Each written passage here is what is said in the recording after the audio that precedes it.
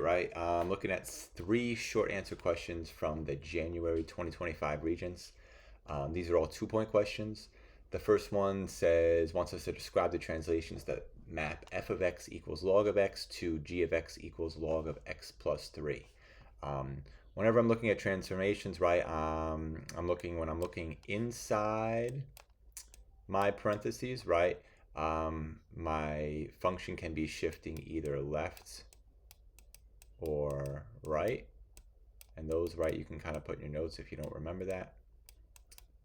And then when I'm outside my parentheses, right, these are going to be shifts that are either up or down, right? So if I'm looking at this one, right, whenever it's inside the parentheses, left or right, but I'm going the opposite direction, so plus 3 means I'm actually moving the opposite way. So I would write my translations as, right, a shift of 3 units left. And then if I'm outside of my parentheses, I'm just following whatever number it is, right? So I would say and 5 units down. If I did that, I get full credit. Looking at number 2, right? Whenever I see equations like this, I always know I want to find the least common denominator using, right, whatever's in my denominator at the bottom. So I always like to say, right, my LCD, I kind of put it over here, is going to be, right, 2 things, right? My least common multiple between my numbers, in this case, it's 6 because 2, 4, 6, there's no other numbers, so 6 is my number, and then I'm looking for the smallest number, like the smallest exponent in my variables, right? X, nothing more, right? So they actually gave you a pretty easy one this time. Least common denominator is 6. I want to multiply my entire equation by 6x. I'm going to be very slow doing this, right? But the idea is this is getting distributed to all 3 of my terms, right? And if I rewrite it out, right, I'm going to make less mistakes. I'm going to say 6x times 1 over 2x minus what? Another 6x, in this case, times 5 over 6 equals 6x times 3 over x, right?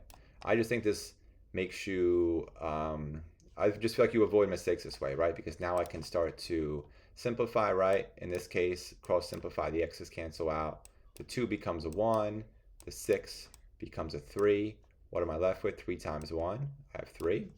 Over here, right, the x can't simplify, but I know 6 divided by 6 is 1. So what am I really saying? X times 5, right, with my subtraction sign, so I'm going to have minus 5x. And then on the other side of my equation, right, the x's simplify, 6 times 3 equals 18. We get to this point, and now it's just a simple 2-step equation. So I subtract 3 on both sides. Left with negative 5x equals 15. Divide by negative 5. And x equals negative 3. Before I box my answer in, I'm just going to go back up to my original equation and make sure, right, that none of my solutions are extraneous. In this case, if I substitute in the negative 3 into either the x's, I'm not going to get a 0 in my denominator, so I know my answer is good to go. Another 2 points in the books. Moving on to the last one. I love the graph, so I like this one, but it is tough, mostly for the 4x and kind of knowing how to graph the period, right? So like with any trig function, right, I'm looking at, I want to know, right, I got my 5, that's my amplitude. My 4 is my frequency, and then my negative 3 is going to be my midline, right? And I'm going to use those 3 numbers to graph at least one cycle, right? The 5 and the negative 3 we're going to wait on for a second, right? The 4 is my frequency, but The frequency is not going to help me graph it, right? I need to find my period. So if I do a little bit of work on the side, I know my period times my frequency, right, which is my B, always equals 2 pi, right? So here, right, I'm still trying to find my period, but period times my frequency, which is 4, equals 2 pi. If I divide both sides by 4, I'm going to get P equals pi over 2. So that means, right, the time it takes for my sine wave to go through one cycle is going to be pi over 2. This is where I'm not going to worry about labeling my entire x-axis. I'm just going to go 2, 4, 6, 8, and label this one as pi over 2, right? If we know with a sine wave, you kind of have like the 4, I call them cardinal points, right? A sine wave always starts at 0, then it's going to go to 1, back to 0, -1, 0. So if I kind of break my graph up into 4 pieces, I can get the numbers I want, right? And then also end up back at the end to complete my cycle, right? So I got my period, which is pi over 2. Next one I'm going to look at is my midline. If I look at my midline, I know it's -3, so I'm going to go down 1, 2, 3. And this is going to be now, right, the spot, since it's a sine wave, where my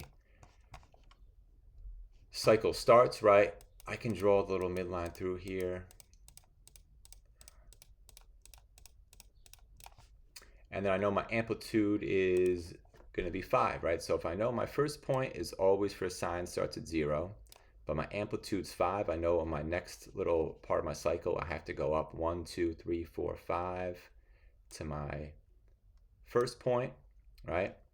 Sine goes up, then it goes back down to 0. Over my next interval, it's going down to usually -1, but in this case, I'm multiplying -1 times 5, so it's going to start from my midline and go down 1, 2, 3, 4, 5. And then at the end, it's going to go back up to at pi over 2, right, to finish my one cycle, right, back up to 0, or my midline. I have to also graph my line. Since I'm doing this with a mouse, it's not going to look as good as I want it to, but if I do it, I'm good to go and I get my 2 points. I think the hardest thing here is finding your period, right? But you can use your frequency and the fact that P times B equals 2 pi. And as long as you label one point on your x-axis, you're good to go. Hope that helps.